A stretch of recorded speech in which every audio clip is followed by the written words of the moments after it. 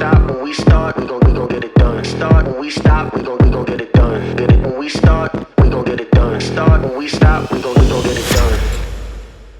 My name is Jeremiah Collins. I'm the creative director and owner of ONLē. I started this brand out just trying to find a space in our area that we could just focus on music, fashion, and art. The most thing that inspired me about it, the things that inspired me to do this, or the inspirations that come from it, is like Soul Train, like The Boiler Room, and Saturday Night Live. It's so three things that I really kind of like look at a lot and get inspiration from, which becomes ONLē today. What were the early days of the brand like? The early days it was a lot of struggling, a lot of trying to figure it out. I was a little green on most of the things I was doing, but I realized that all things come better through just reputation and keep doing something over and over. I would say the biggest challenge is always finances. I started this cold turkey by literally ending with my job, and I basically just tried to start from ground zero. And it was hard. It was hard for the first couple of years. It's honestly just started getting easier for me. The reputation just comes through just hard work. One thing I've always learned is people, they might act like they don't know what you're doing or know who you are, but they have to respect you through hard work, and that's what's happening with ONLē. I would say the most challenging thing is just always just keeping your mental together, making sure that you are not second-guessing your ideas, because your ideas is what got you there. Who are some of the key players involved in the brand's rise and fame? I would say key players would possibly be, my wife. Thrax definitely played a big part. Thrax is the studio next door to ONLē. He's the one who actually called me and said, hey, can you come look at this little spot beside me? And I looked at it, and it didn't look like much, but through creativity, man, we turned the little studio house into a space that we call ONLē now. Where I met Jeremiah at another studio that I was at back in 2K17, and he was styling clothes for an artist. I met him there. He actually put me on the show. He asked me to headline the show. We chopped it up.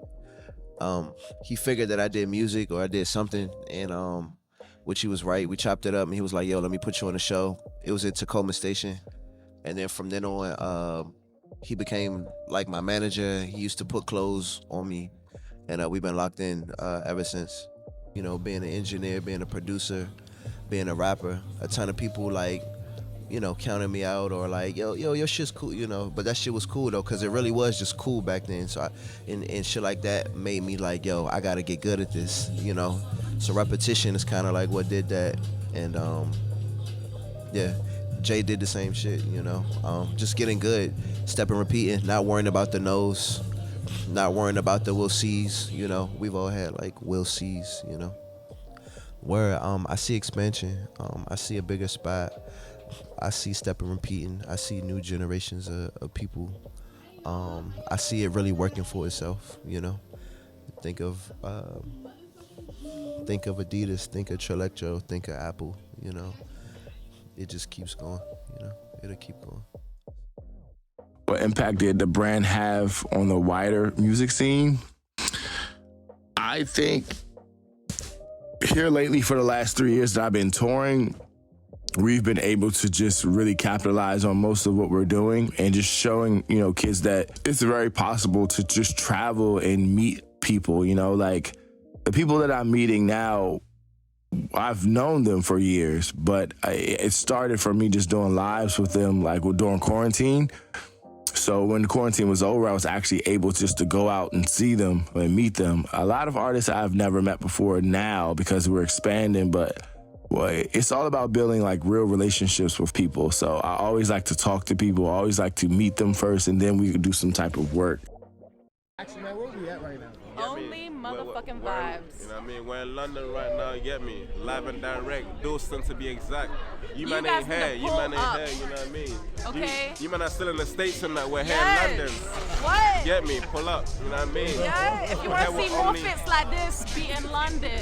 You ain't see niggas just fly in your life. Believe it. I would say the biggest lesson is to just believe in yourself. Like, it sounds cliche, but believe in yourself and just not give up. Try to put your phone down as much as possible. I think the internet is set up for you to look at other people's lives and kind of like feel a little weird about yourself and feel like you're not doing the best you can. You just have to really have tunnel vision and it's like lock into what you're doing. I started Only Vibes in December 2018 with really not much, you know. So it's just like the bigger this gets, I can't look at anybody else's idea and think, hey, I want to be like them. There's goals, obviously, but you always want to have your own vision and always want to like be inspired by things, not take any other idea.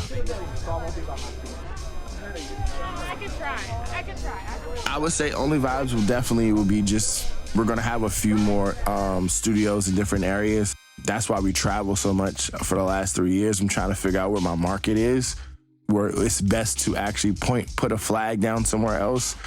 We've been in College Park for the last 5 years and it's just been amazing. I think we've recorded over 4,000 artists in the last 5 years, which is insane. It's just repetition. Every weekend we have something going on. If it's not in town, it's out of town. It's been like that for the last 2 to 3 years. I was able to film in London these last 2 years, twice. I filmed in New York, Arizona, Baltimore. So many different spots I filmed, I would say. It's just been amazing. It's been amazing. I would say if I was to give any advice to anybody, it's just believe in yourself. Honestly, believe in yourself. Don't ever give up. The day you give up, it's just the day it was for no reason. If you continue what you're doing, you always will get better. You won't get worse.